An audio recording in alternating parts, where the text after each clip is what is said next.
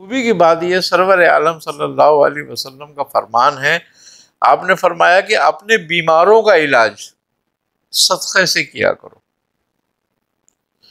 ہم لاکھوں روپے اسپتال میں دے دیتے ہیں لیکن 10-20 ہزار روپے کا صدقہ نہیں دیتے۔ اور آپ نے فرمایا، رسول خدا صلی اللہ علیہ وسلم فرماتے ہیں کہ صدقہ وہ چیز ہے جو مریض اور موت کے درمیان ڈھال ہے، اور یہ صدقہ موت سے لڑتا ہے۔ اب اندازہ کریں، کوئی عبادت موت سے نہیں لڑتی، یہ موت سے لڑتا ہے۔ چنگیز خان کے دور میں جب بغداد اس نے فتوحات کری تو کچھ سید زادے اس کی حراست میں آ گئے، وہ پکڑے گئے، وہ زندہ۔ اب وہ ایک ایک سے سوال کر کے ان کو قتل کرتا تھا۔ تو جو ایک مسلمان بزرگ چنگیز خان کے ساتھ ہوتے تھے اور اس کی نوکری کرتے تھے، انہوں نے جب ان سید زادوں کو دیکھا تو وہ پہچان گئے کہ یہ تو ہمارے پیر زادوں میں سے ہیں۔ اب ان کو چھڑانے کی تدبیر کیا کی جائے؟ تو آپ نے ان سے بات کری کہ آپ فلاں لوگ ہو؟ انہوں نے کہا ہاں ہم ہیں، وہی ہیں۔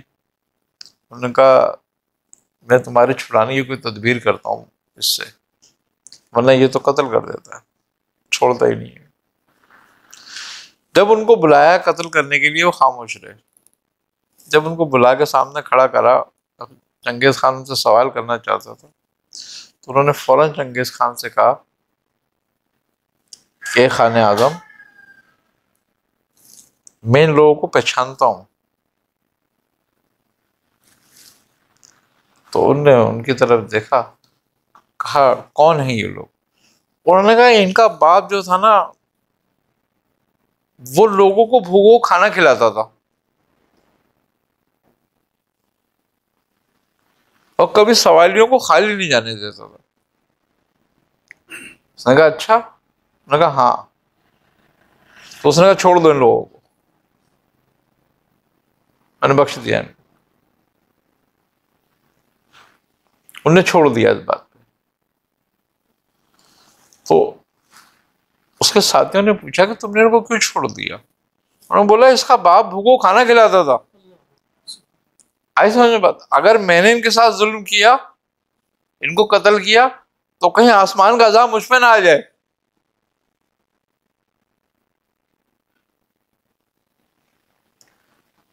اب اندازہ کر لیں آپ کے ایثار اور قربانی کا جذبہ کیسا ہوتا ہے، اور یہ نیکی کیسی ہے، کبھی ضائع نہیں جاتی، ظالم کے پنجے سے بھی چھڑا لیتی ہے۔ اللہ تبارک و تعالی رحم کرنے والا ہے، وہ بڑے ظالموں کو جو ہے جس کو چاہے بخش دے، جس کو چاہے پکڑ لے، وہ بڑے متقیوں کو پکڑ لے اور بڑے گناہ گار کو بخش دے، وہ کریم ہے۔ تو لیکن ایثار کبھی بھی ضائع نہیں جاتا۔ اللہ تعالیٰ اس کو رزق اسی وجہ سے دے رہا ہوتا ہے کہ وہ آگے دے رہا ہوتا ہے۔ اوج بھی نانک، ایک روایت ملتی ہے کہ اوج بھی نانک ایک ایسا شخص تھا جس کا پیٹ کبھی نہیں بھرتا تھا کھانے سے۔ یہ حضرت موسیٰ کے زمانے میں تھا اوج بھی نانک۔ تو اس نے آن کے حضرت موسیٰ سے کہا کہ اے موسیٰ، آپ اللہ سے ہم کلام ہوتے ہو، آپ میرے لیے دعا کرو کہ اللہ ایک دن مجھے پیٹ بھر کے کھانا کھلا دے۔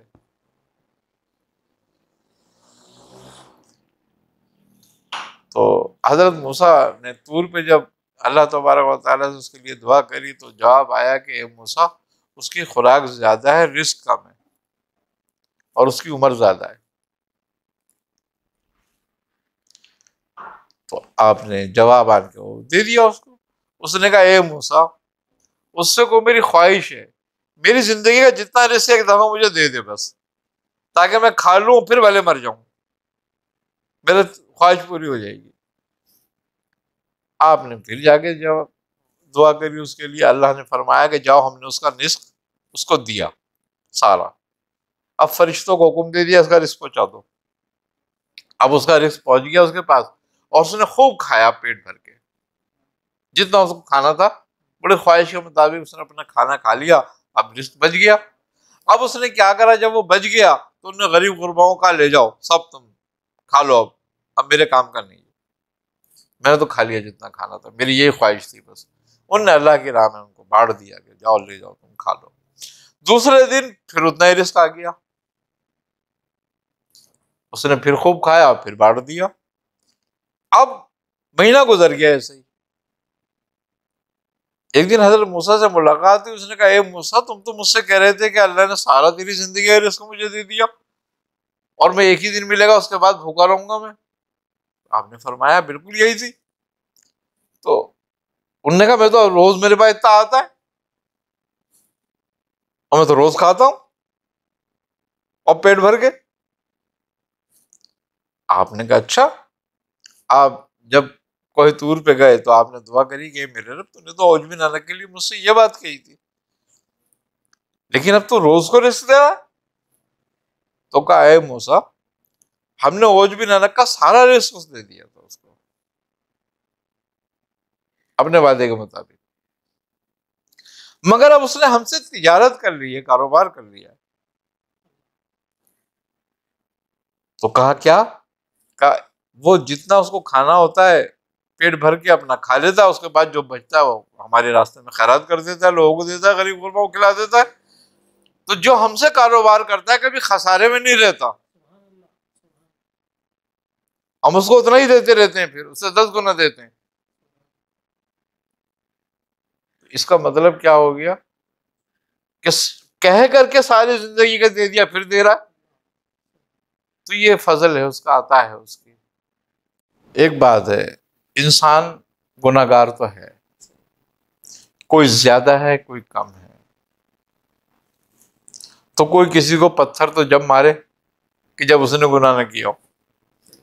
حیا علی خیر العمل، آنکھیں بچھا پیروں تلے، جن پر میرے آقا چلے، چل تو بھی ان راہوں پہ چل. حیا علی خیر العمل. بسم اللہ الرحمن الرحیم. خدمت خلق اور ایثار عبادت کے حصوں میں سے یہ بھی ایک حصہ ہے. جتنی بھی عبادتیں کی جاتی ہیں یہ بھی انہی عبادتوں میں سے ایک حصہ ہے، اور اللہ تبارک و تعالی نے ایک اس حصے کو بھی فرض کی حیثیت سے نافذ کیا، یعنی کہ وہ آتوا الزکوٰۃ، اور تم زکوٰۃ دیتے رہو. اس پر جہاں پر نماز پڑھنے کا حکم ہے کہ وہ اقیموا الصلاۃ، وہیں وہ آتوا الزکوٰۃ، وَأَقْرَضَ اللَّهُ قَرْضًا حَسَنًا، کہ اللہ کو قرض احسن دیتے رہو. قرض حسنہ وہ ہوتا ہے جو لوٹایا جاتا ہے. اب دینے والی ذات تو اللہ ہی تبارک و تعالیٰ کی ہے، وہ مختار ہے، غنی ہے، اور وہ تم سے قرض مانگ رہا ہے کہ واپس کرنے کے لیے. یہ خدمت خلق ہے، یہ ایثار ہے، قربانی ہے. تو اللہ بھی تم سے تمہاری ان عبادات کے ساتھ جو تم جسمانی کرتے ہو وہ تمہاری مالی عبادتیں بھی چاہتا ہے. اور خوبی کی بات یہ ہے کہ یہ ایمان کے حصوں میں سے ہے کہ جیسے اللہ تبارک و تعالی سورہ بقرہ میں فرما رہا ہے کہ الف لام میم ذالک الکتاب لا ریب فیہ ھدی للمتقین الذین یؤمنون بالغیب ویقیمون الصلاۃ ومما رزقناہم ینفقون، کہ ایمان لاؤ ساتھ غیب کے اور قائم کرو نماز کو، اور اس میں سے خرچ کرو رزق میں سے جو تمہیں دیا گیا اس کی طرف سے۔ تو تمام یعنی کہ جسمانی عبادتوں کے ساتھ ساتھ مالی عبادت بھی نہایت ہی ضروری ہے۔ بات یہ ہے کہ اللہ تبارک و تعالیٰ تم سے یہ چاہتا ہے کہ جو کچھ تمہیں پسند ہے، جو تمہاری محبوب چیز ہے، اس کو خرچ کرو، اس کی قربانی کرو، اس کی قربانی دو۔ محبوب چیز کی قربانی اس لیے مانگی جاتی ہے تاکہ یہ دیکھا جائے کہ کیا وہ اللہ سے زیادہ محبوب ہے تمہیں یا اللہ اس سے زیادہ محبوب ہے تمہیں۔ اور بیسکلی انسان کو جو پیدا کیا گیا وہ اس بات کے لیے نہیں پیدا کیا گیا کہ تو غیر حق کو سے محبت کر اور غیر حق کے لیے حق سے پیٹ کر لے۔ یہی کفر ہے، یہی شرک ہے۔ تو بات یہ ہے کہ محبوب چیز خرچ کرو۔ اللہ تعالیٰ نے اپنے محبوب بندے حضرت ابراہیم علیہ السلام پر یہ شرط عائد کر دی تھی کہ جب آپ دسترخوان پہ بیٹھیں تو جب تک کوئی مہمان آپ کے ساتھ نہ ہو آپ کھانا نہ کھائیں۔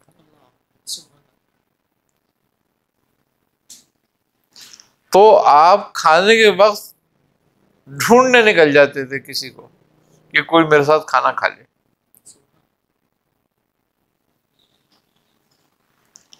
یہ اس ایثار کے حصوں میں سے ایک حصہ ہے۔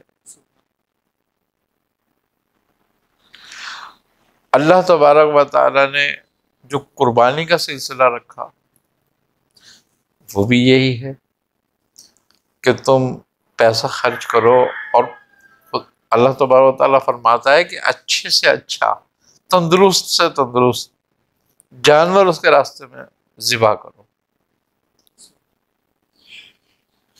تاکہ وہ تمہارا اس میں ایک حصہ ہے، ایک حصہ تمہارے اقربا کا ہے اور ایک حصہ غریب و ناداروں کا ہے، تاکہ یہ ہے کہ تم خرچ کرو ان پر۔ وہ لوگ جو کبھی گوشت کھانے کی طاقت نہیں رکھتے ہیں تو سال میں ایک دو دفعہ وہ گوشت کھا لیں پیٹ بھر کے۔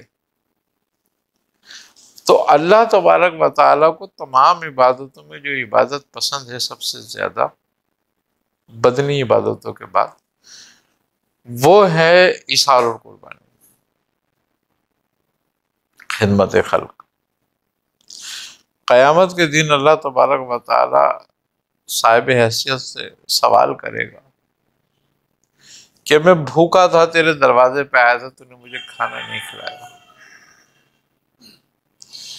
میں ننگا تھا، تیرے دروازے پہ آیا، تو نے مجھے کپڑا نہیں دیا تھا۔ تو وہ کیا تھا؟ یعنی کہ جو ضرورت مند ہوتا ہے وہ سمجھ لو ایک خدا کا روپ ہوتا ہے جو آتا ہے۔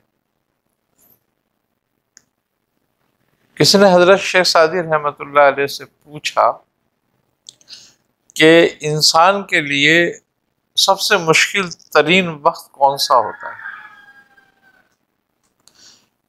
آپ نے فرمایا کہ کوئی شریف آدمی کسی سے سوال کرے اور وہ اس کے سوال کو رد کر دے تو اس کا سوال بھی گیا، عزت نفس بھی گئی۔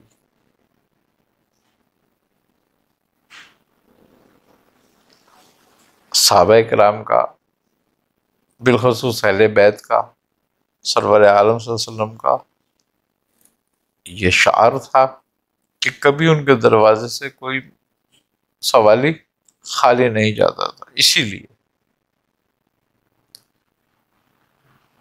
حاتم تائی کی بیٹی ایک بار آپ کے پاس آئے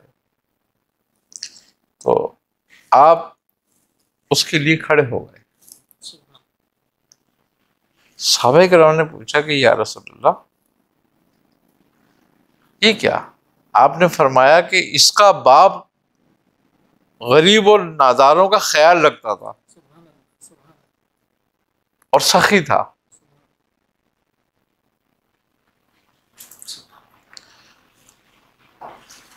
کفار کافر کی بات ہے، چنگیز خان کے دور میں جب بغداد اس نے فتوحات کری تو کچھ سید زادے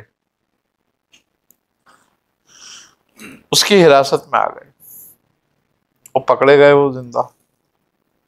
اب وہ ایک ایک سے سوال کر کے ان کو قتل کرتا تھا۔ تو جو ایک مسلمان بزرگ چنگیز خان کے ساتھ ہوتے تھے اور اس کی نوکری کرتے تھے، وہ انہوں نے جب ان سید زادوں کو دیکھا تو وہ پہچان گئے کہ یہ تو ہمارے پیر زادوں میں سے ہیں۔ اب ان کو چھڑانے کی تدبیر کیا کی جائے؟ تو آپ نے ان سے بات کری کہ آپ فلاں لوگ ہو؟ انہوں نے کہا ہاں ہم ہیں، وہی ہیں۔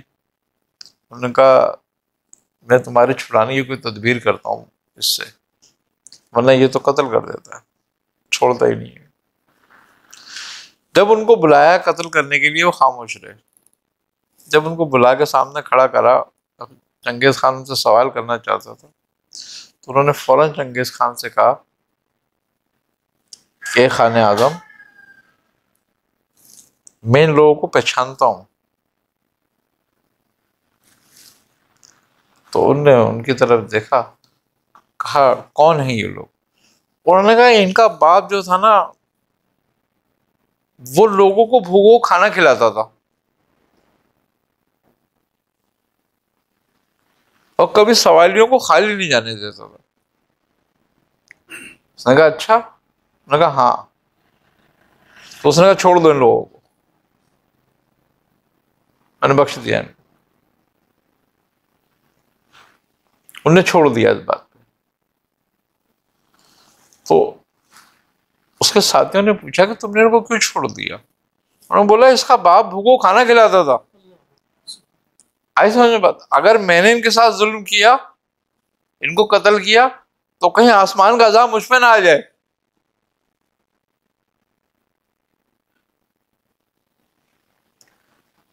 اب اندازہ کر لیں آپ کے ایثار اور قربانی کا جذبہ کیسا ہوتا ہے، اور یہ نیکی کیسی ہے، کبھی ضائع نہیں جاتی، ظالم کے پنجے سے بھی چھڑا لیتی ہے۔ اور خوبی کی بات یہ سرور عالم صلی اللہ علیہ وسلم کا فرمان ہے، آپ نے فرمایا کہ اپنے بیماروں کا علاج صدقے سے کیا کرو۔ ہم لاکھوں روپے اسپتال میں دے دیتے ہیں لیکن 10-20 ہزار روپے کا صدقہ نہیں دیتے۔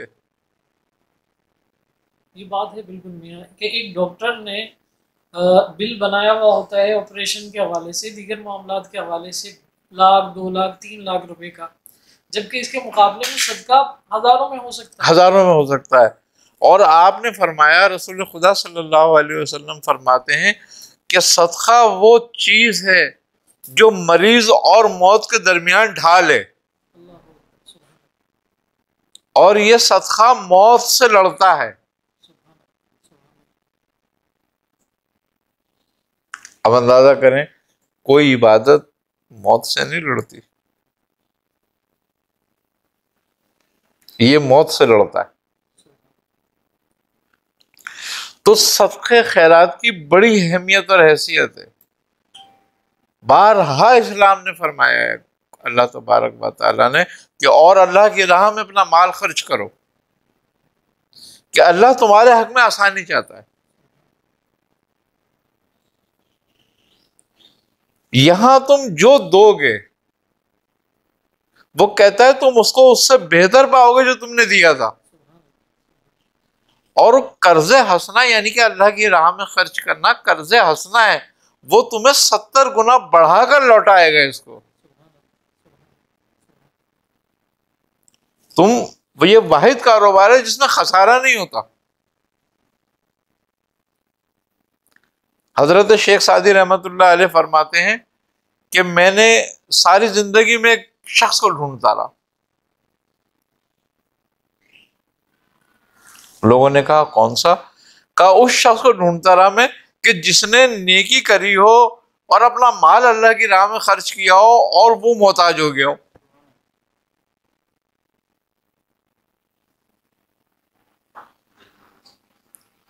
اللہ کبھی بھی اپنے راستے میں خرچ کرنے والے کو محتاج نہیں ہونے دیتا.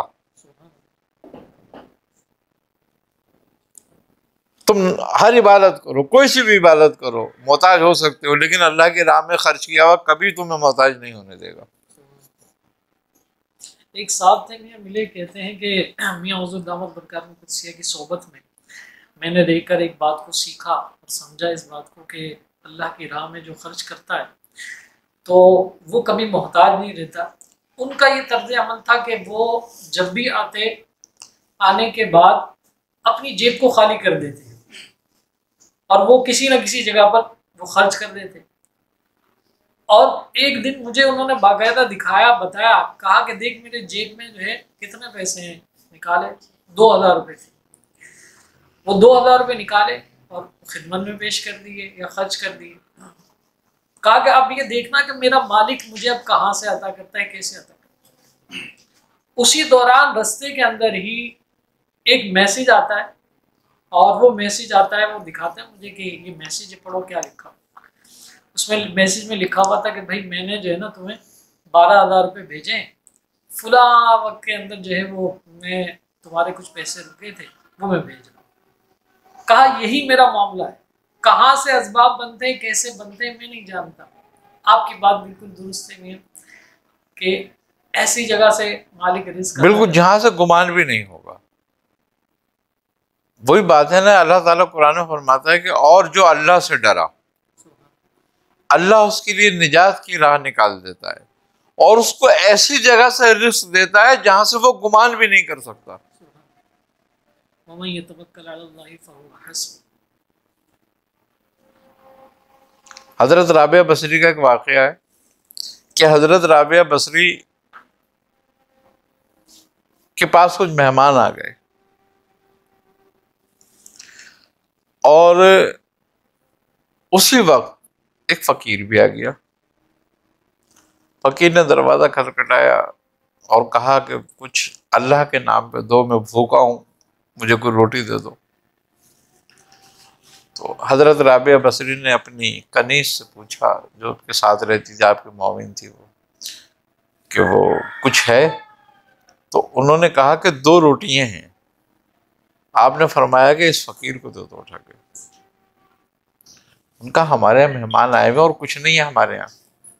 تو آپ نے فرمایا تم اس فقیر کو دے دو.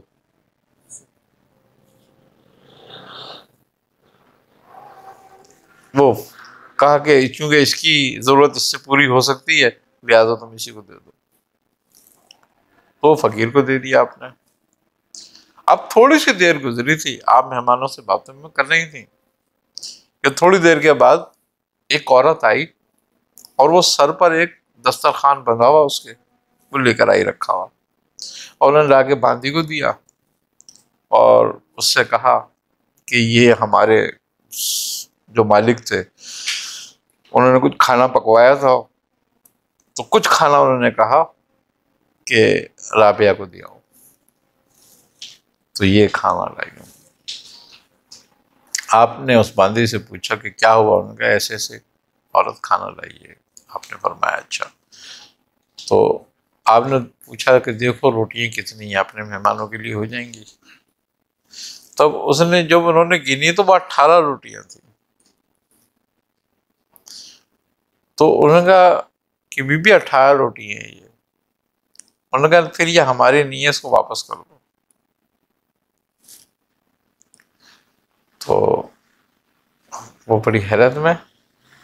تو وہ جو لائی تھی روٹیاں اس نے پوچھا کہ بی بی کیسے یہ آپ کی نہیں ہے؟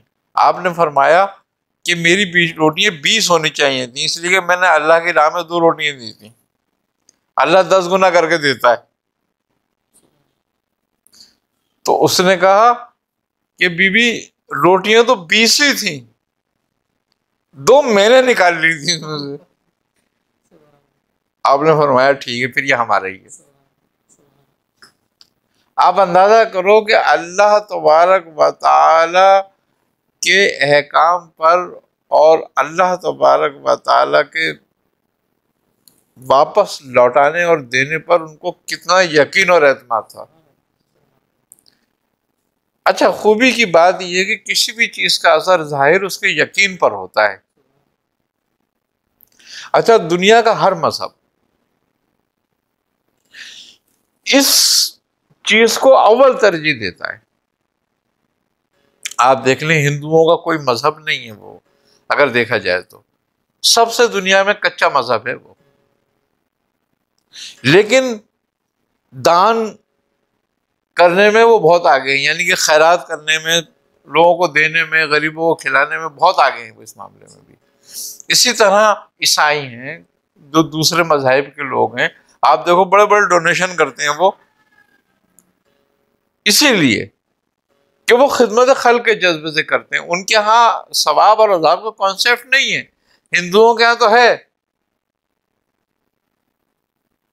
لیکن یہ ایک فطری عمل ہے، انسان کی فطرت میں ہے یہ بات کہ وہ خدمت کا جذبہ رکھے اور رکھتا ہے، کوئی اس کو چاہے گائیڈ کرے نہ کرے، لیکن بانٹنے کا جذبہ انسان میں موجود ہے فطری طور پر ہی۔ اللہ تعالیٰ نے اس کی فطرت میں یہ بات ودیت کی ہے۔ تو خدمت خلق جو ہے اور ایثار جو ہے وہ حقیقت میں اپنی خوشیوں کو تقسیم کرنے کا نام ہے، اور اپنی خوشیوں کے ذریعے کسی کے غم، کسی کی پریشانیاں دور کرنے کا نام ہے ایثار، اور بڑی عبادت ہے یہ۔ آپ کی بات کو آگے لیتے ہوئے کہ پہلے روایاتیں ہوا کرتی تھی، ہمارے نانا، ہمارے دادا، ہمارے بزرگ یہ بتایا کرتے تھے کہ ہمارے ہاں ایسا ماحول ہوتا تھا کہ گھر کے اندر اگر تھوڑا سا سالن بھی بنا ہے تو گھر والے کہتے تھے کہ اس کے اندر، بڑے کہتے تھے، بوڑھے کہتے تھے کہ اس کا شوربہ بڑھا دو، اور شوربہ بڑھانے کے بعد اس کو پڑوسیوں میں تقسیم کرو۔ آج یہ روایتیں بھی یہاں ختم ہوتی جا رہی ہیں۔ یہ بڑا اچھا طریقہ تھا ایک، اور اس میں عاجزی تھی اس طریقے میں۔ آج بندہ اس طریقے کو برا سمجھتا ہے۔ وہ کیوں برا سمجھتا ہے؟ کہ یہ متکبر ہو گیا ہے بندہ، اپنے آپ کو بڑا سمجھنے لگا ہے۔ محبت جو ہوتی ہے نا، اور اظہار جو ہوتا ہے، اس میں بڑا چھوٹا نہیں ہوتا، اس میں بڑا وہی ہے جو اظہار کے ساتھ، عاجزی کے ساتھ، انکساری کے ساتھ بانٹ کے کھائے۔ اس سے ایک بڑی بات یہ تھی اس کے اندر کہ آس پاس کا کوئی شخص بھوکا نہیں سو سکتا تھا۔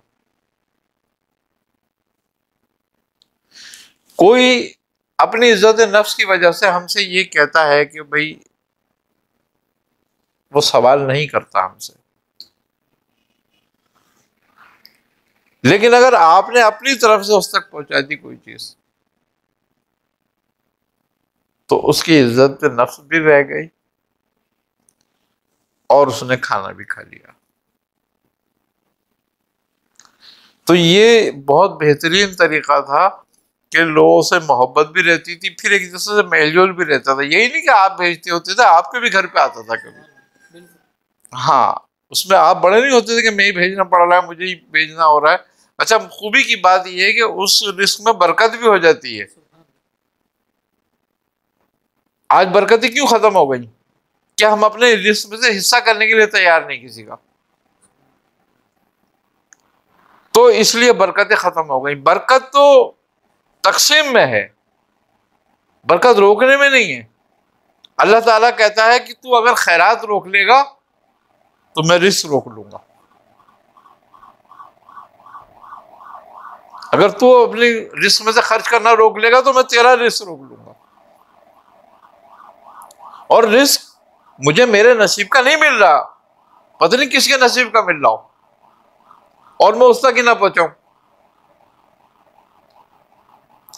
بعض اوقات ایسا ہوتا ہے کہ اللہ تبارک و تعالیٰ کچھ لوگوں کے نصیب کا رزق بھی تمہاری طرف بھیج دیتا ہے تاکہ تمہیں آزمائے کہ تم ان تک پہنچاتے ہو یا نہیں. اور اگر پہنچاتے ہو تو امین ہو گئے, اور امین کے پاس اور ضمانتیں آ جاتی ہیں. پھر تو یہ سب سے بڑی سمجھنے والی بات یہ ہے کہ آج اگر ہم اپنے رزق میں سے لوگوں کو شریک کر لیں, غریبوں کو, ناداروں کو, دوست احباب کو, ہمارے یہاں مہمان آتا ہے تو ہمارا منہ بن جاتا ہے کہ ارے یہ آ گئے, اب کھا کے بھی جائیں گے. جبکہ دعا کرتے ہو کہ اللہ ہمیں رحمت دے, جب بیٹی آتی ہے تمہارا منہ بن جاتا ہے, وہ بھی رحمت ہے. تم پریشان ہو جاتے ہو, کسی گھر بیٹی پیدا ہو جائے تو وہ خوشی نہیں مناتا. ایسا جس کے پاس رحمت آ جائے پھر وہ پریشان ہو جاتا ہے. مہمان اللہ کی رحمت ہے, وہ آ جائیں تو پریشان ہو جاتا ہے. اب جب رحمت آتی ہے تو پریشان ہو جاتا ہے, پھر رحمت کی دعائیں مانگتا رہتا ہے.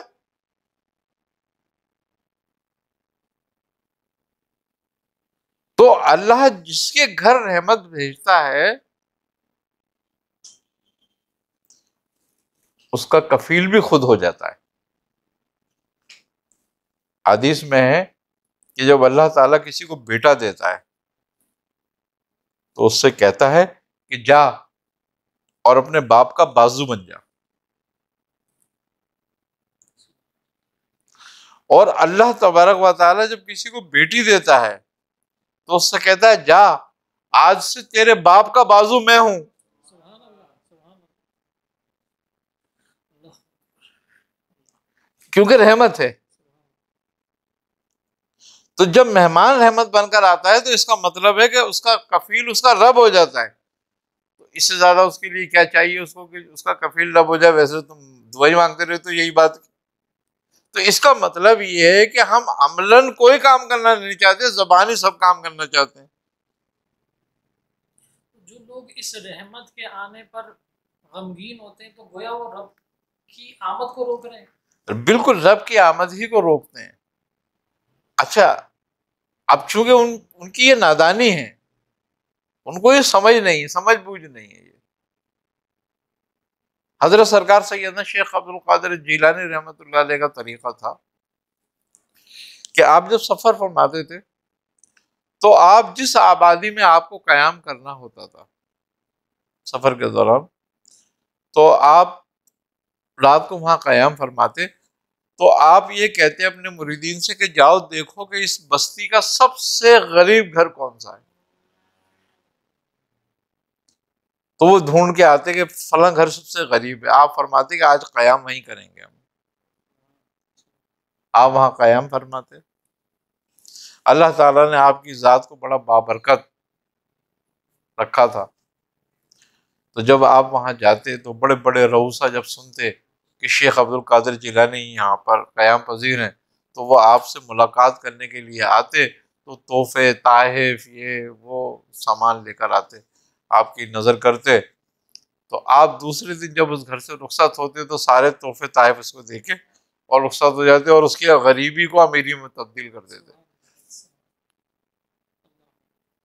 اور آپ کے بارے میں ہے کہ پھر دوبارہ کبھی اس گھر پہ نہیں جاتے, پھر دوسرا کوئی غریب گھر ڈھونڈتے.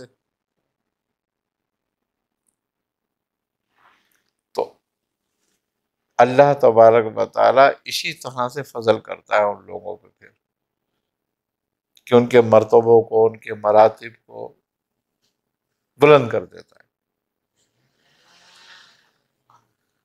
حضرت سیدنا شیخ شہاب الدین سہروردی رحمۃ اللہ علیہ یومیہ جو لنگر کا آپ کا خرچہ ہوتا تھا اس وقت کے اندر, یہ سن 600 ہجری کی بات ہے, 10,000 درہم یومیہ کا خرچ کرتے تھے آپ لنگر پہ اور غریب غرباؤں.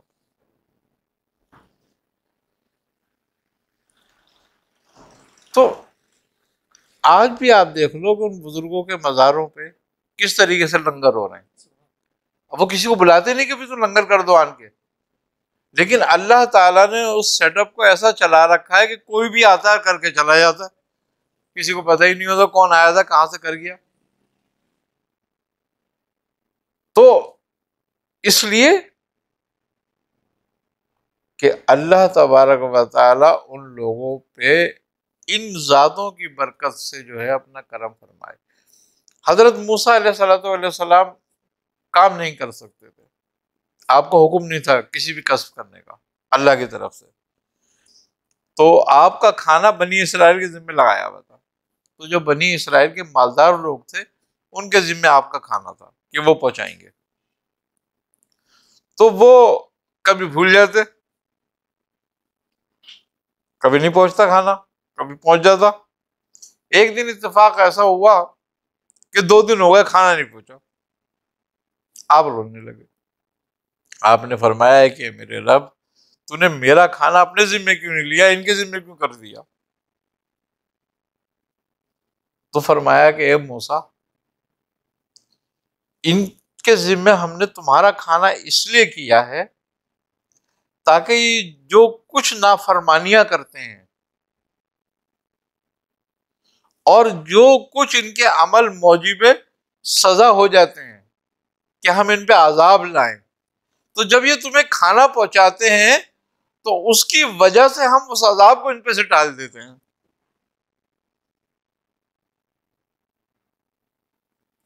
گویا کہ پھر صدقہ جو ہے گناہوں کے بار کو بھی کم کرتا ہے، بالکل کم کرتا ہے، اور عبادتوں کو مقبول کرتا ہے، اور تمہاری جان کی حفاظت کرتا ہے۔ اب تم خالی پڑھ پڑھ کے اپنے اوپر اثار کرتے رہتے ہو بیٹھے ہوئے، اس کے ساتھ ساتھ صدقہ خیرات بھی کرو تاکہ وہ صدقہ تمہارے اور موت کے درمیان ڈھال بن جائے۔ تو پھر یہ جو مثال دی جاتی ہے کہ 100 چوہے کھا کر بلی حج کو چلی، تو یہ اس کو کس اس میں لیں گے؟ دیکھیں، ایک بات ہے، انسان گناہ گار تو ہے، کوئی زیادہ ہے کوئی کم ہے، تو کوئی کسی کو پتھر تو جب مارے کہ جب اس نے گناہ نہ کیا ہو، ایک بات تو یہ ہے۔ دوسری بات یہ کہ چونکہ دنیا کا نظام ہے اور چل رہا ہے، ظلم کے ساتھ بھی چل رہا ہے، عدل کے ساتھ بھی چل رہا ہے، سب طرح سے چل رہا ہے، کفر کے ساتھ بھی چل رہا ہے، تو بعض اوقات ایسا ہوتا ہے کہ ہمارے معاشرے میں ہم اپنا طرز عمل چھوڑ دیتے ہیں اور دوسروں کا طرز اپنا لیتے ہیں، اور وہ دوسروں کا طرز اپناتے ہیں کس لیے؟ کہ ہم جلد مالدار ہو جائیں، صاحب ثروت ہو جائیں۔ اب جب وہ مالدار ہو جاتے ہیں، صاحب ثروت ہو جاتے ہیں، تو اب وہ یہ سوچتے ہیں کہ یہ اتنا پیسہ آ گیا، اب اس کو پاک کرو، کیونکہ اسلام کہتا ہے پاک کرو، تو اس کا مطلب ہے یہ پاک ہو جائے گا، لہٰذا اب اس پہ صدقہ خیرات کرو۔ اب اس کا فائدہ یہ ہے کہ چلو بھائی غریبوں تک تو پہنچ رہا ہے کچھ، اب وہ بڑا کریم ہے، وہ معاف کرنے والا ہے، وہ رحم کرنے والا ہے، ہو سکتا ہے اس کی کسی نیکی کی بدولت یا اسی بدولت کے وہ غریبوں کو کھانا کھلا رہا ہے، یا غریبوں کا پیٹ بھر رہا ہے، یا غریبوں کی حاجت روائی کر رہا ہے، یا ان کی ضرورتیں پوری کر رہا ہے۔ اب وہ ضرور بات ہے کہ وہ مال حرام ہے یا غلط طریقے سے کمایا ہوا ہے، یا اس نے کوئی حد نہیں دیکھی ہے مال کمانے میں، لیکن کچھ لوگوں کے، کچھ غریبوں کا پیٹ اس سے بھرا جا رہا ہے، یا کچھ، اب وہ چونکہ وہ غریب جو ہیں، وہ ضرورت مند جو ہیں، ان کا سوال تو نہیں ہے تو ہمیں حرام سے دے یا حلال سے دے، یہ تو اس کا مسئلہ ہے کہ میرا مال کون سا ہے، لیکن ان کی تو ضرورتیں پوری ہو رہی ہیں اور وہ پوری کر رہا ہے۔ تو اللہ تبارک و تعالیٰ رحم کرنے والا ہے، وہ بڑے ظالموں کو جو ہے جس کو چاہے بخش دے، جس کو چاہے پکڑ لے، وہ بڑے متقیوں کو پکڑ لے اور بڑے گناہ گار کو بخش دے، وہ کریم ہے۔ تو لیکن اثار کبھی بھی ضائع نہیں جاتا، اللہ تعالیٰ اس کو رزق اسی وجہ سے دے رہا ہوتا ہے کہ وہ آگے دے رہا ہوتا ہے۔ اوج بھی نانک، ایک روایت ملتی ہے کہ اوج بھی نانک ایک ایسا شخص تھا جس کا پیٹ کبھی نہیں بھرتا تھا، کھانے سے. یہ حضرت موسیٰ کے زمانے میں تھا عجب نانک. تو اس نے آن کے حضرت موسیٰ سے کہا کہ اے موسیٰ، آپ اللہ سے ہم کلام ہوتے ہو، آپ میرے لیے دعا کرو کہ اللہ ایک دن مجھے پیٹ بھر کے کھانا کھلا دے.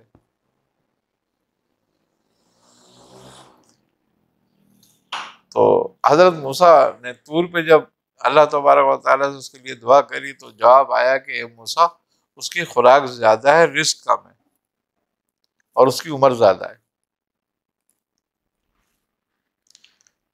تو آپ نے جواب آن کے وہ دے دیا اس کو.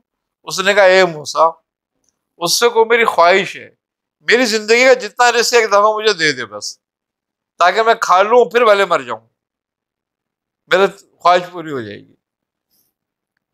آپ نے پھر جا کے جواب دعا کری اس کے لیے. اللہ نے فرمایا کہ جاؤ، ہم نے اس کا رزق اس کو دیا سارا. اب فرشتوں کو حکم دے دیا اس کا رزق پہنچا دو. اب اس کا رزق پہنچ گیا اس کے پاس، اور اس نے خوب کھایا پیٹ بھر کے، جتنا اس کو کھانا تھا بڑی خواہش کے مطابق اس نے اپنا کھانا کھا لیا. اب رزق بچ گیا. اب اس نے کیا کرا، جب وہ بچ گیا تو انہوں نے غریب غرباؤں کا لے جاؤ سب تم کھا لو، اب میرے کام کا نہیں ہے، میں نے تو کھا لیا جتنا کھانا تھا، میری یہی خواہش تھی بس. انہوں نے اللہ کی راہ میں ان کو بانٹ دیا کہ جاؤ لے جاؤ تم کھا لو. دوسرے دن پھر اتنا ہی رزق آ گیا، اس نے پھر خوب کھایا پھر بانٹ دیا. اب مہینہ گزر گیا ایسے ہی. ایک دن حضرت موسیٰ سے ملاقات ہوئی. اس نے کہا اے موسیٰ، تم تو مجھ سے کہہ رہے تھے کہ اللہ نے سارا تیری زندگی کا رزق مجھے دے دیا اور میں ایک ہی دن ملے گا اس کے بعد بھوکا رہوں گا میں. آپ نے فرمایا بالکل یہی تھی. تو انہوں نے کہا میں تو روز میرے پاس اتنا آتا ہے اور میں تو روز کھاتا ہوں اور پیٹ بھر کے. آپ نے کہا اچھا. آپ جب کوہ طور پہ گئے تو آپ نے دعا کری کہ میرے رب، تو نے تو عجب نانک کے لیے مجھ سے یہ بات کہی تھی، لیکن اب تو روز کو رزق دے رہا ہے. تو کہا اے موسیٰ، ہم نے عجب نانک کا سارا رزق دے دیا تھا اس کو اپنے وعدے کے مطابق، مگر اب اس نے ہم سے تجارت کر لی ہے، کاروبار کر لیا. تو کہا کیا؟ کہا وہ جتنا اس کو کھانا ہوتا ہے پیٹ بھر کے اپنا کھا لیتا ہے، اس کے بعد جو بچتا ہے وہ ہمارے راستے میں خیرات کر دیتا ہے، لوگوں کو دیتا ہے، غریب غربا کو کھلا دیتا ہے. تو جو ہم سے کاروبار کرتا ہے کبھی خسارے میں نہیں رہتا، ہم اس کو اتنا ہی دیتے رہتے ہیں، پھر اس سے 10 گنا دیتے ہیں. اس کا مطلب کیا ہو گیا کہ کہہ کر کے ساری زندگی کا دے دیا پھر دے رہا.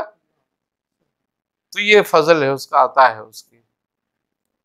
اور مال ہمیں اتنا ہی ملنا ہے جتنا ہمارے نصیب کا ہے، چوائس ہماری ہوتی ہے. رزق ہمیں اتنا ہی ملتا ہے، کبھی آگے پیچھے نہیں ملے گا. چاہے ہم اچھا کام کریں چاہے ہم برا کام کریں، ملے گا رزق اتنا ہی. اب ہم اس کو جائز طریقے سے لے لیں یا ناجائز طریقے سے لے لیں.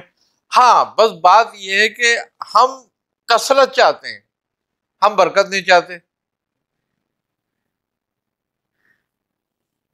تو کثرت کے لیے الٹے سیدھے کام کرتے ہیں، مگر برکت کے لیے سیدھا کام نہیں کرتے. اور اگر دیکھا جائے جس میں برکت ہو جائے وہ کثرت سے افضل ہو جاتا ہے.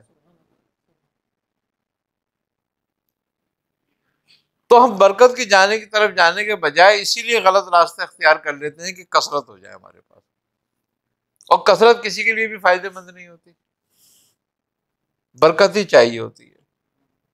تو بات یہی ہے کہ اثار اور قربانی سے برکت ہی حاصل ہوتی ہے. اللہم صلی علی سیدنا مولانا محمد نبی الامی معدن جودی والکرم وآلہ وبارک وسلم وصلوا علیہ یا الہ العالمین یا رب العالمین الرحمن الرحیمین. اپنی حبیب صلی اللہ علیہ وسلم کے صدقہ طفیل میں ہماری دعاؤں کو اپنی بارگاہ میں قبول فرما. ہمیں ہر طرح کی گمراہیوں سے، محتاجیوں سے، ذلتوں سے، رسوائیوں سے، ظاہری باطنی امراض سے، ناگانی افات سے، ناگانی اموات سے محفوظ فرما. یا الہ العالمین ہمیں ہر طرح کی رحمتیں، برکتیں صحت عطا فرما۔ یا الہ العالمین اپنے حبیب صلی اللہ علیہ وسلم کے صدقہ طفیل میں اس وبا عالمگیری جس نے تمام عالم کو اپنی لپیٹ میں لیا ہوا ہے، تمام عالم انسانیت جس سے پریشان ہے، اس سے ہمیں پناہ عطا فرما اور اس سے نجات کی راہ نکال۔ یا الہ العالمین اپنے حبیب صلی اللہ علیہ وسلم کے صدقہ طفیل میں ہمارے تمام کبیرہ صغیرہ گناہوں کو معاف فرما، اور ہمارے جو صحیح اور کاوشیں ہیں، جو بھی کچھ کاوشیں کی جا رہی ہیں، ان کو اپنی بارگاہ میں قبول فرما۔ یا الہ العالمین اپنے حبیب صلی اللہ علیہ وسلم کے صدقہ طفیل میں ہم سے پہلے جو لوگ دنیا سے جا چکے ہیں، کل مومن مومنات، مسلم مسلمات، صالحین صالحات، سب کی مغفرت فرما، سب کو اپنے جواہر رحمت میں جگہ عطا فرما۔ یا الہ العالمین اپنے حبیب صلی اللہ علیہ وسلم کے صدقہ طفیل میں ہمیں نبی کریم صلی اللہ علیہ وسلم کی تعلیمات اور سنت مطہرہ پر چلنے کی توفیق عطا فرما، اس پہ عمل کرنے کی توفیق عطا فرما۔ یا الہ العالمین ہمارے دلوں میں ہمارے بزرگوں کی محبت ڈال اور ان کے راستے میں چلنے کی توفیق عطا فرما۔ یا الہ العالمین دنیا میں رکھ ان کی محبت کے ساتھ آخرت فرما ان کے ساتھ۔ یا الہ العالمین اپنے حبیب صلی اللہ علیہ وسلم کے صدقہ طفیل میں ہمارا خاتمہ بالخیر فرما۔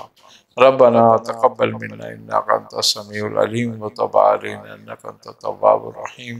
صلی اللہ تعالی علی خیر خلقہ نور عرشہ زینت فرشہ قاسم رزقہ محمد وعلی آلہ وصحبہ اجمعین برحمتک یا ارحم الراحمین برحمتک لا الہ الا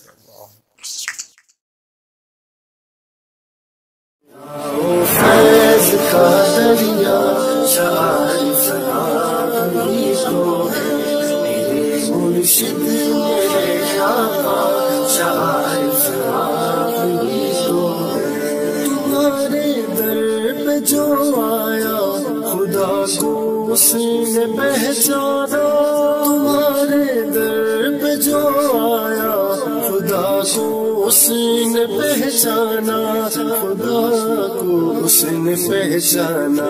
ہدایت کا صحیح رستہ شعائر آپ ہی تو ہے، لاؤ فیض کا دریا شعائر آپ ہی تو ہے، میرے مرشد میرے آقا شعائر آپ ہی